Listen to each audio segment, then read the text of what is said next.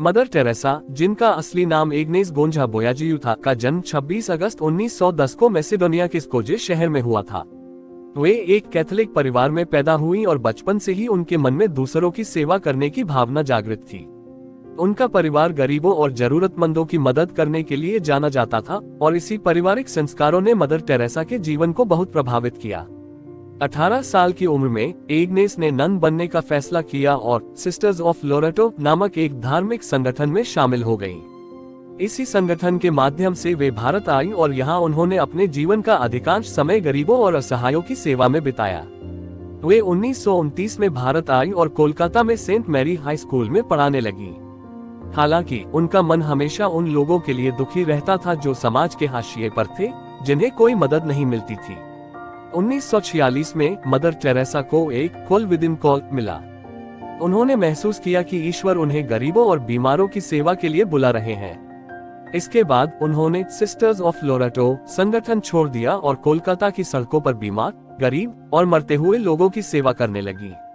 उन्होंने 1950 में missionaries of charity नामक एक नया धार्मिक संगठन स्थापित किया, जिसका उद्देश्य था the unwanted, the unloved, the uncared for, अर्थात उन लोगों की सेवा करना जिन्हें कोई नहीं चाहता, कोई प्यार नहीं करता और जिनकी कोई परवाह नहीं करता। मदर टेरेसा ने गरीबों के लिए कई आश्रम खोले, जहां वे न केवल उन्हें आश्रय देती थी बल्कि उन्हें भोजन, कपड़े और चिकित्सा सहायता भी प्रदान करती थी। उनके द्वारा स्थापित पहला निर्मल हृदय नामक आश्रम था, जो कोलकाता में स्थित है। इस आश्रम में वे गरीब, बीमार और मरते हुए लोगों की देखभाल करती थीं, ताकि वे अपने अंतिम समय में थोड़ी शांति और सम्मान के साथ मर सकें। उनकी सेवा भावना और निस्वार्थ प्रेम ने उन्हें न केवल भारत में बल्कि पूरे विश्व में प्रसिद्ध किया। उनके काम को देखते हुए उन्हें 1979 में नोबेल शांति पुरस्कार से सम्मानित किया गया। उन्होंने अपने जीवन को पूरी तरह से दूसरों की सेवा में समर्पित कर दिया और इसके बदले में उन्होंने कभी कुछ नहीं मांगा। मदर टेरेसा का जीवन सादगी और सेवा का प्रतीक था। मदर टेरेसा की आलोचना भी हुई। कुछ लोगों का मानना था कि उनके द्वारा दी जाने वाली चिकित्सा सेवाएं पर्याप्त नहीं थीं और वे गरीबों को धर्म परिवर्तन के लिए प्रेरित करती थीं। लेकिन इन आलोचनाओं के बावजूद उनके कार्यों की प्रशंसा अधिक हुई और वे गरीबों की मसीहा मानी गईं। उन्होंने अपने जीवन काल में 123 देशों में 610 मिशन स्थापित किए, जहां लाखों लोगों की मदद की गई।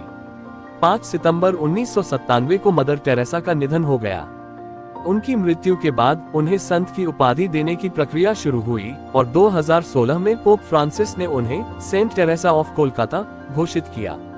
मदर टेरेसा का जीवन यह सिखाता है कि कैसे सच्ची सेवा न केवल किसी व्यक्ति को बल्कि पूरे समाज को बदल सकती है। उनकी कहानी हमें प्रेरित करती है कि हम भी समाज के कमजोर और जरूरतमंद लोगों की मदद के लिए आगे आएं और एक बेहतर दुनिया बनाने में योगदान दें। मदर टेरेसा का जीवन संदेश देता है कि किसी भी समाज की महानता इस बात से आंकी जा सकती है कि वह अपने सबसे कमजोर सदस्यों के साथ कैसा व्यवहार करता है। उनकी विरासत आज भी जीवित है और उनके द्वारा शुरू किए गए मिशनरीज ऑफ चैरिटी संगठन के माध्यम से उनकी सेवा जारी है। उनके जीवन और कार्य ने हमें यह सिखाया कि असली खुशी दूसरों की सेवा में है और यही उनके जीवन का सबसे बड़ा संदेश है।